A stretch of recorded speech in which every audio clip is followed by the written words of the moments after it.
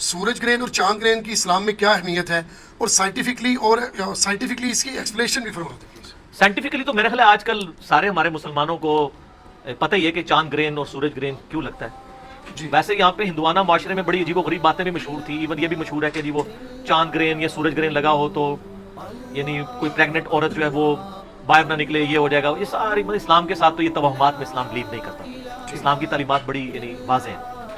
باقی سائنٹیفکلی تو آپ کو یہ پتہ ہی ہے کہ جب یعنی اپنی جو آربٹس میں اورینٹیشن کے دوران جب کبھی بھی چاند جو ہے وہ سورج اور زمین کے درمیان آ جاتا ہے دن کے وقت بھی، تو ظاہر ہے کہ سورج پیچھے چھپ جاتا ہے.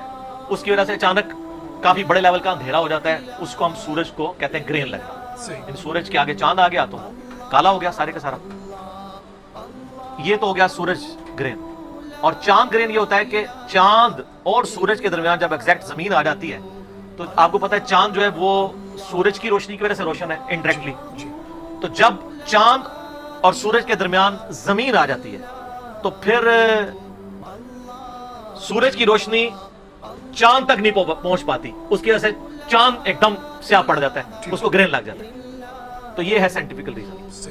سائنٹیفکلی یعنی ہم اس کو جو بیان کرتے ہیں. باقی اسلام کے اندر اس کی اہمیت اس اعتبار سے ہے، اسلام اسے اللہ کی نشانیوں میں سے ایک نشانی لیتا ہے. جس طرح باقی قدرت کی بڑی نشانی ہے، آندھی کا آنا، ہواؤں کا چلنا، انڈے میں سے چوزے کا نکلنا، پرندوں کا ہواؤں میں اڑنا، مچھلیوں کا پانیوں میں تیرنا، زمین سے ایک بے قدر بیج سے اتنا بڑا درخت نکلنا، پھولوں کا اگنا، یہ جتنی اللہ کی قدرت کی نشانی ہے ان میں سے ایک یہ نشانی ہے.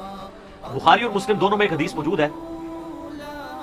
مشکات میں آپ کو پہلی جلد میں خسوف کا ایک چیپٹر ملے گا. خسوف کی نماز، خا سین واو فا. خسوف کی نماز وہ ہے جو سورج اور چاند گرہن کے وقت پڑھی جاتی ہے. اردو میں ویسے اس کو انہوں نے ٹرانسلیٹ کر لیا ہے کہ جی سورج گرہن کے لیے کسوف ہے اور اس کے لیے خسوف. خسوف ہی لفظ ویسے استعمال ہوتا ہے عربی میں. جو مشکات کے اندر آپ کو سارا مل جائے گا چیپٹر. تو بخاری اور مسلم دونوں میں حدیث موجود ہے کہ جب کبھی بھی سورج گرہن یا چاند گرہن لگتا تو نبی علیہ السلام خسوف کی نماز ادا فرمایا کرتے تھے. اور سیدہ عائشہ کہتی ہیں کہ وہ نماز ایسی ہوتی تھی کہ جب تک گرہن ختم نہیں ہوتا تھا آپ صلی اللہ علیہ وسلم مسلسل نماز میں مشغول رہتے تھے. اور یہ بھی ملتا ہے بخاری اور مسلم میں کہ اونچی آواز سے بھی کبھی آپ سے قرات کرنا ثابت ہے اور آہستہ آواز سے بھی ثابت ہے. دونوں طریقے سنت ہے. اور اس میں قیام سورۃ البقرہ پوری پڑھی اور اتنا ہی لمبا رکوع کیا اور رکوع کے بعد پھر قیام میں واپس آئے. پھر پہلے قیام سے تھوڑا چھوٹا قیام کیا اور پھر دوبارہ رکوع کیا. یعنی ایک رکعت میں 2 قیام اور 2 رکوع. پھر دوسری رکعت میں بھی 2 قیام اور 2 رکوع کیے. حتیٰ کہ جب گرہن ختم ہو جاتا تو آپ علیہ السلام سلام پھیرتے. اور صحیح مسلم میں آتا ہے کہ جس دن سورج گرہن نبی علیہ السلام کے ہمارے زمانے میں لگا نا، بائی چانس اس دن نبی علیہ السلام کے بیٹے ابراہیم کی وفات ہوئی تھی. تو صحابہ نے کہنا شروع کر دیا یہ گرہن اس لیے لگا ہے کہ ابراہیم کی وفات ہوئی ہے، کیونکہ صحابہ کرام کو علم غیب تو کوئی نہیں تھا اور بیچاروں کو سائنس کا علم بھی اتنا نہیں تھا. اس زمانے میں سائنس اتنی نہیں تھی. یہ میں اس لیے ساتھ بتا رہا ہوں کہ آپ جن بابوں کو کہتے ہیں کہ جی ہمارے بابے جو ہیں وہ صحابی کی جوتی کی خاک کے برابر بھی نہیں ہے، تو وہ صحابہ کا یہ سٹیٹس تھا. تو اب علم غیب کا جو آپ نے جھوٹا کیا بابوں کے ساتھ منسوخ کیا، اس کی تو کوئی بات ہی باقی نہیں رہتی ہے، ختم ہی ہو جاتی ہے.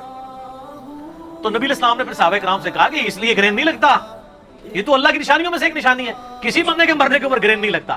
بہرحال جب یہ اللہ کی نشانی آئے تو تم نماز میں مشغول ہو جاؤ، صدقہ اور خیرات کرو.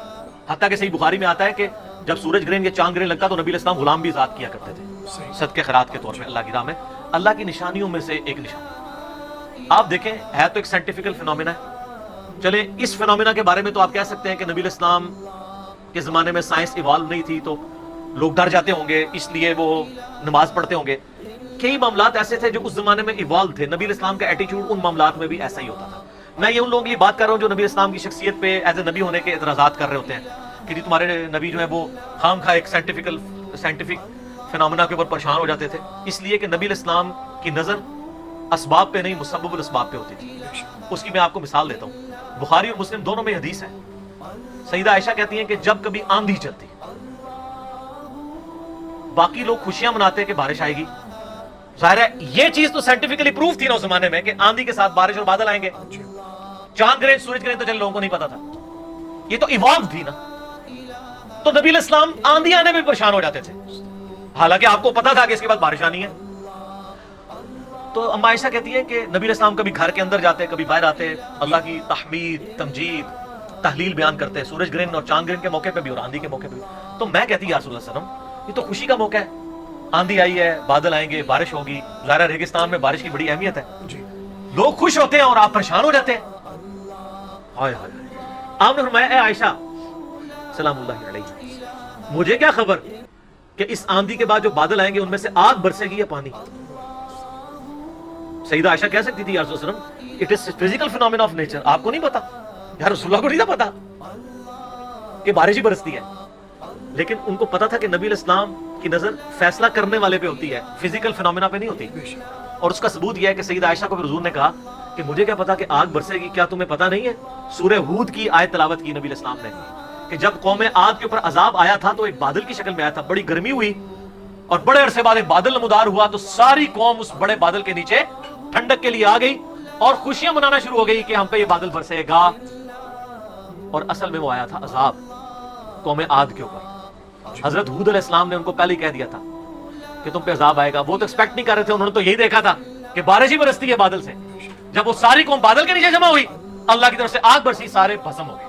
تو نبی علیہ السلام نے فرمایا مجھے کیا پتا کہ یہ جو بادل آئے ہیں اس میں میری قوم کے اوپر آگ نازل ہو جائے. تو یہ نبی علیہ السلام کا اللہ تعالیٰ کے بارے میں یقین کا ایک اعلیٰ ترین لیول ہے. انبیاء اکرام علیہ السلام اسباب پہ نظر نہیں رکھتے، مسبب الاسباب پہ رکھتے ہیں. بے شک.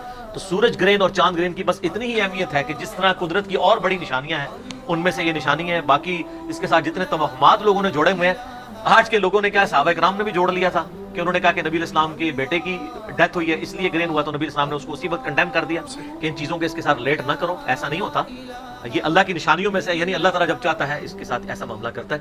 نبی علیہ السلام نے اس کو کسی شخصیت کے ساتھ منسوب نہیں کیا. ٹھیک ہو گیا؟ جزاک اللہ.